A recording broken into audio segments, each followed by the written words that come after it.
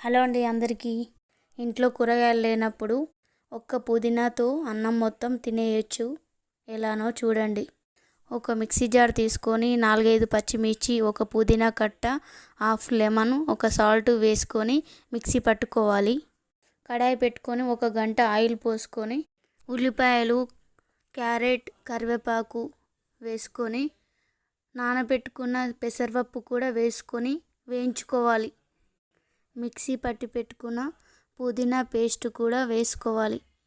వేసుకొని ఇదంతా పచ్చివాసన పోయేంత వరకు వేయించుకోవాలి. వేగిన తర్వాత అన్నం వేసుకోవాలి. వేడి వేడి పుదీనా రైస్ రెడీ. పుదీనా హెల్త్కి చాలా మంచిది. ఈరోజు మా పిల్లలకి లంచ్ బాక్స్ పుదీనా రైస్ పెట్టాను. పుదీనా తినడం వల్ల పిల్లలకి ఆకలిని పెంచుతుంది. పుదీనా తినడం వల్ల కంటి చూపును మెరుగుపరుస్తుంది. రోజు పరగడుపున పుదీనా జ్యూస్ తాగడం వల్ల బరువు